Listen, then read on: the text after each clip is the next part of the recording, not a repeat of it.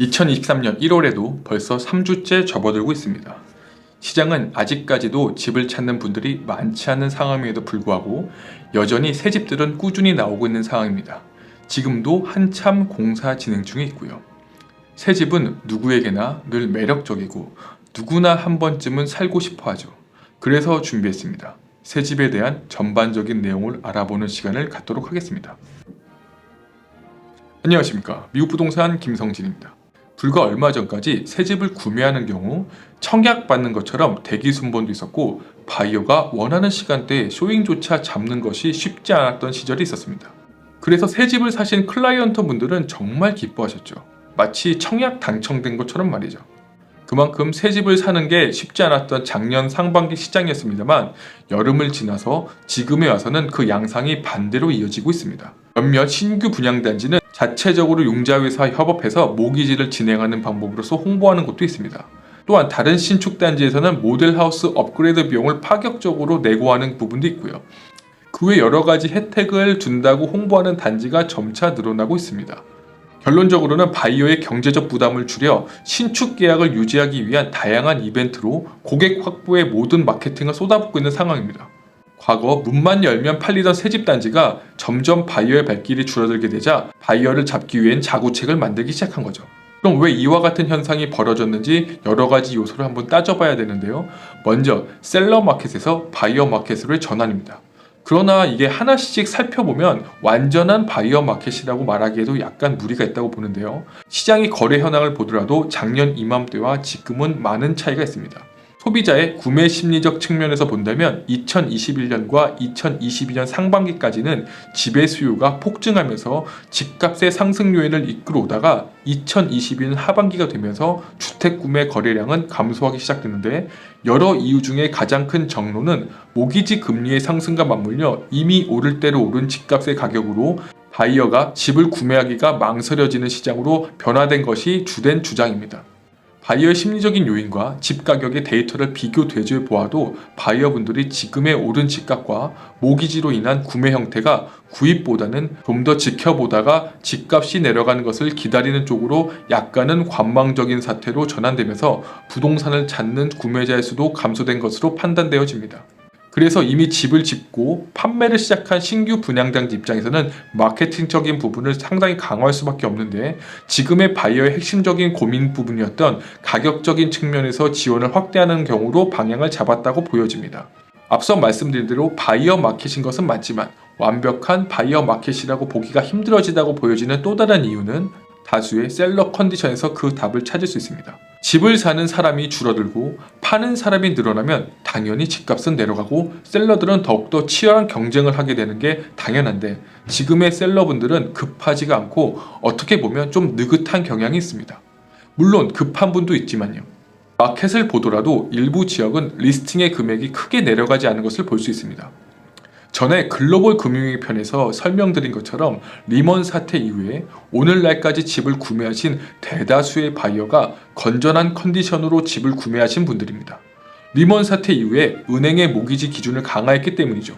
집을 구매하시는 게 예전보다 어려워진 시점인 2008년 금융위기 때부터 지금까지 집을 구매하셨던 바이어분들이 지금은 집을 팔려고 하는 셀러로 입장이 바뀌셨습니다.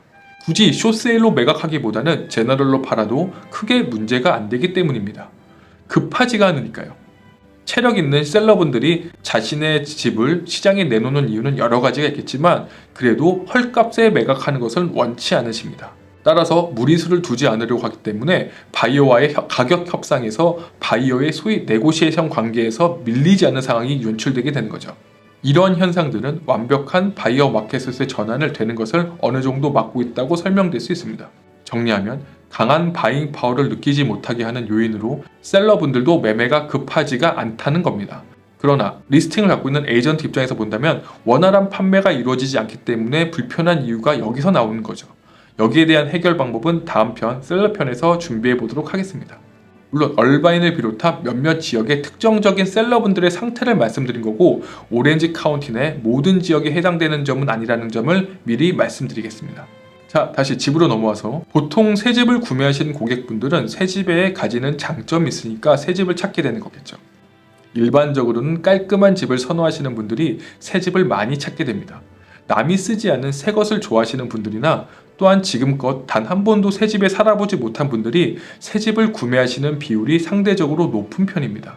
다른 경우에는 자녀분들이 전부 대학을 진학하여 학군으로부터 자유로우신 분들이 신축 주택을 많이 찾고 계십니다. 일부 고객님들 중에서는 추위라던가 오래된 집의 유지보수 등이 조금 불편하고 또 쾌적하고 따뜻한 집을 찾아서 신축을 찾는 분도 계십니다. 또한 모델하우스를 구경 갔다가 마음에 들어서 집을 계약하시는 분도 계시고요. 한국에서 오신 분들 중에는 새 집을 원하시는 분들도 상당히 계십니다. 또한 새 집은 건설 단계에 따라서 집값이 다른데 신축 현장에서 첫 삽 쓸 때 계약할 때와 완공 전 계약할 때 그리고 완공 후 계약할 때의 단가가 전부 다릅니다. 자, 집을 구매하는 절차 과정은 여기서 생략하고 집을 구입하셨다는 가정하에 구매자는 집의 디자인과 소재를 선택할 수 있는 장점이 있는데요. 많은 분들이 모델하우스를 보시고 모델하우스처럼 오더를 내리치게 되는데 여기에는 고도의 마케팅 전략이 있습니다. 새 집을 구매하시기 전에는 대부분의 많은 바이어분들은 본인이 예상했던 집의 구매 형태, 예산이 있고 현실적인 가격을 생각하셔서 이성적인 판단으로 결정한 뒤에 해당 사항에 부합되는 집을 리얼터와 함께 집을 찾게 되십니다. 정리하면 구매 가능한 집의 가격의 기준을 정하고 모델하우스를 찾아오시게 되는 거죠. 이때 우리의 뇌는 이성적인 사고가 잠시 멈추고 감성적인 사고가 전환되는데 마음에 드는 지역에 모델하우스까지 마음에 들게 된다면 우리의 뇌는 그 집을 사라고 계속 푸시를 하게 되는 거죠. 훌륭한 마케팅 수단으로서 모델하우스를 이용하게 되는 겁니다. 아무튼 일부 바이어분들은 들뜬 마음으로 턴키를 하게 되는데 이때 모델하우스가 아닌 다른 집이 나오게 됩니다. 왜 이런 일이 발생하게 됐을까요? 그 이유로는 모델하우스는 모델하우스이기 때문입니다. 우리가 차를 살 때 풀옵션 차량과 일반 차량의 실내가 다른 것처럼 모델하우스는 대부분의 풀옵션 집의 형태인 거죠. 거의 대다수가 좋아하는 집의 형태를 전문가들이 소비자의 니즈에 맞춰서 설계했으니까요. 만약 본인이 계약한 집이 모델하우스처럼 나오기 위해서는 주택 구입가에서 10에서 15% 정도를 더 사용해서 지출이 이루어져야지만 모델하우스와 같은 집이 나오게 되는 거죠. 따라서 크고 좋은 집을 선택하게 된다면 업그레이드 비용까지 몰아서 쓰게 되는 경우가 생기는데 업그레이드 비용이 없기 때문에 기성적인 집을 사게 되고 결론적으로는 본인이 원하는 집이 아닌 다른 집이 나오게 되는 겁니다. 물론 사람에 따라선 디자인과 소재가 심플해도 큰 집을 원하는 경우도 있습니다. 처음에 모델하우스를 꿈꾸었던 집이 막상 입주해서 보니 일반적인 집들과 큰 차이가 없다면 새 집의 장점이 많이 없어진 결과 집에 대한 열정도 빨리 식게 됩니다.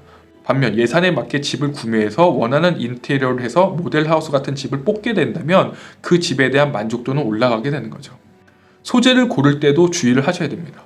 본인 스스로가 선택한 소재의 조합이 하나씩 있을 때는 마음에 들지 모르지만 전부 설치하고 나니 어찌 자신이 생각했던 것처럼 나오지 않게 되고 당황해하는 경우가 생기게 되는데요. 집을 업그레이드 할 때 정말 중요한 여러 가지 부분을 선택하게 되는데 각각의 소재가 마음에 들었다가도 조합을 해보면 언매칭하는 부분이 나올 수 있습니다. 어찌되었던 새집의 장점은 먼저 새집이 가장 큰 장점입니다. 그 다음이 앞서 언급한 새집을 찾는 이유와 더불어 바이어가 원하는 소재의 구조를 선택하고 나만의 멋진 집을 완성할 수 있는 것이 큰 장점이라고 말할 수 있습니다. 다음 이야기는 신축 분양단지의 단점에 대해서 한번 이야기해보는 시간을 갖도록 하겠습니다. 내용이 이어지니 끝까지 시청 부탁드리겠습니다. 다음 이야기. 집을 팔 때가 되면 더 이상 새 집이 아닌 그냥 외곽에 있는 HOA와 멜로러즈가 있는 콘도가 돼 있으니까 말이죠. 집을 매매할 때 같은 단지에 비슷한 집들이 있는 경우를 한다면